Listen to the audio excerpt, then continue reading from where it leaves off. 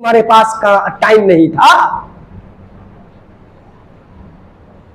तो इसलिए हजरत इब्राहिम अलैहिस्सलाम ने अपनी कौम को सबसे पहले तो अपने वालिद मोहतरम को उन्होंने समझाया बड़े ही प्यारे अंदाज में और बड़े ही अदब और एहतराम, लेकिन दो टोक अल्फाज के साथ अदब और एहतराम का मलहूज़ खातिर रखते हुए अदब एहतराम और अदब के बिल्कुल दायरे में रह करके दो टोक और साफ अंदाज में दावत देने में कोई लचक और कोई झिझक नहीं उन्होंने महसूस किया, लेकिन अदब को भी अपने हाथ से जाने नहीं दिया। जवाब क्या आया था उधर से हजरत इब्राहिम अलैहिस्सलाम के वालिद आजर की तरफ से, वो चीजें आपके सामने जो है मुख्तसर तौर पर बयान की जा रही है कि हजरत इब्राहिम अलैहिस्सलाम ने सबसे पहले अपने वालिद मोहतरम को किस तरीके से दावत दिया था और उनके वालिद ने क्या जवाब दिया था। आइए जरा सा एक सरसरी तौर पर वो दावत जो हजरत इब्राहिम ने पेश किया था वो दावत जरा सा सुन लीजिए। क्या कहा? वज़कुर फिल किताब इब्राहिम इन्नहु कान सिद्दीक़न नबिय्या। अल्लाह ने कहा याद करो इब्राहिम अलैहिस्सलाम को किताब के अंदर। किताब के अंदर मतलब इब्राहिम की खुसूसियत है कि आप उनका तज़किरा तौरात, ज़बूर, इंजील सब में पाइएगा, कुरान मजीद के अंदर भी पाइएगा, मुख्तलिफ जगहों पर पाइएगा, मुख्तलिफ आसमानी किताबों के अंदर पाइएगा। वज़कुर फिल किताब इब्राहिम इन्नहु कान सिद्दीक़न नबिय्या, वो बिल्कुल सच्चे नबी थे। क्या थे? सच्चे नबी।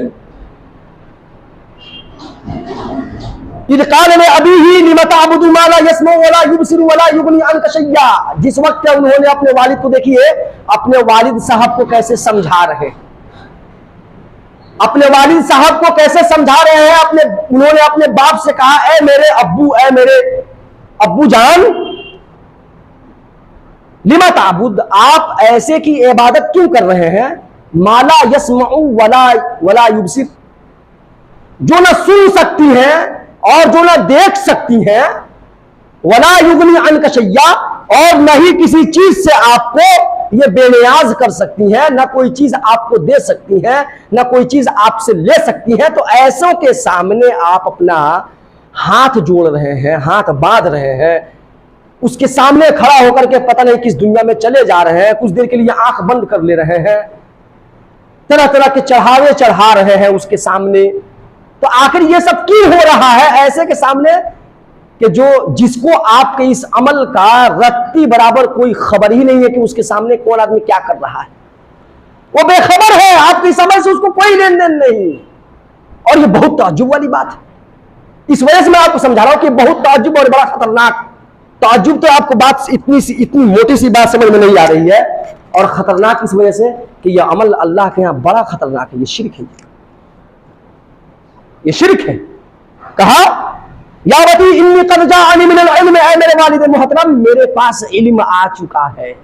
मैं जो बात कर रहा हूं ये इल्म की रोशनी में, इल्म की बुनियाद पर कर रहा हूं। आपको जो ये मना कर रहा हूं ऐसे ही नहीं, टामक टोया नहीं मार रहा हूं, टामक टोया नहीं मार रहा हूं, बल्कि इल्म की बुनियाद पर मैं आपको नसीहत कर रहा हूं, आपको समझा रहा हूं। क्या? ऐसा इल्म जो आपके पास नहीं है, फत्तबिअनी, लिहाजा आपको मेरी इत्तबा और पैरवी करनी पड़ेगी, क्योंकि जो इल्म मेरे पास आया है वो इल्म आपके पास नहीं है। तो जिसके पास इल्म हो उसकी बात मानी जाएगी। ऐसे ही सिर्फ झूठ मूठ के दलाइल और झूठ मूठ के सब हवाले और मिसालें बयान करने वाले की नहीं, बल्कि इल्म की रोशनी में जो आदमी बतलाएगा उसकी बात मानी जाएगी, इल्म की रोशनी। कहा या वती ला ताबुद शैतान, ऐ मेरे वालिद मोहतरम आप शैतान की पैरवी मत कीजिए। डायरेक्ट क्या कहा? शैतान, गोया कि कुल्लु मा उबिद मिन दूनिल्लाहि फहुव अत्तागूत व शैतान, हर वो चीज जिसकी अल्लाह के अलावा परस्तिश की जाए, जिसकी अल्लाह के अलावा पूजा पाठ की जाए, जिसकी अल्लाह के अलावा इबादत की जाए, वो चीज तागूत होती है, वो चीज शैतान होती है। अल्लाह के अलावा जिसके सामने तुम माथा टेको, अल्लाह के अलावा जिसके सामने तुम यानी कि हाथ बांध करके खड़े रहो, अल्लाह के अलावा जिसके सामने तुम जाकर के अपनी मुरादें रखो, अल्लाह के अलावा से तुम जाकर के अपनी बातों को रखो, या अपनी बिगड़ी बनाने वाला समझो, या अपना दाता समझो, ये सब के सब शैतान है, तागूत है, ये शैतान के बच्चे हैं, ये शैतान के सब बच्चा है सब। इसलिए हर मामले के अंदर इब्राहिम अलैहिस्सलाम कह रहे हैं बुरा मत मानिएगा, कुरान की आयत है, अगर बुरा मानना होता तो कौम ने बड़ा बुरा माना था, इतना बुरा माना कहा कि इनको आग में जलाओ। और जाहिर सी बात मिर्ची तो लगेगी ना। अब जो दुकानदार जो दुकान सजाया गया है, सारे लोग चढ़ावा चढ़ा रहे हैं, एक माहौल सा बना हुआ है, क्रिएट कर दिया गया है, एक ऐसा डर सा पैदा कर दिया गया ना, इनके खिलाफ मत बोलना।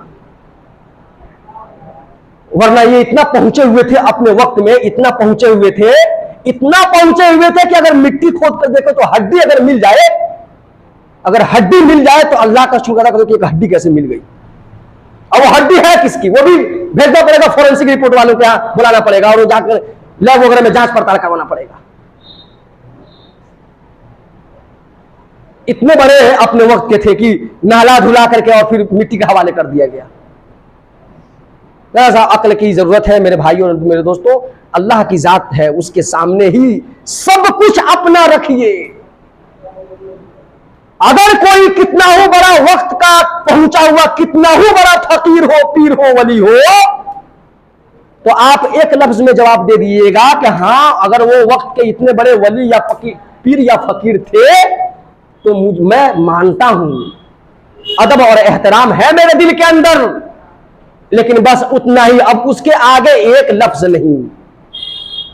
तब कहेगा तब उनसे कुछ नहीं करना, नहीं हमको जो कुछ करना है अल्लाह से करना है। वो थे ना तो थे, मरना मर, जो गुजर चुका वो सब गुजर चुका। और अल्लाह की जात है, अल्लाह की जात है। हजरत अबू बकर सिद्दीक रज़ी अल्लाह तआला अन्हु मस्जिद नबवी के मिंबर पर आते हैं, नबी सल्लल्लाहु अलैहि वसल्लम के जस्ट इंतकाल के बाद।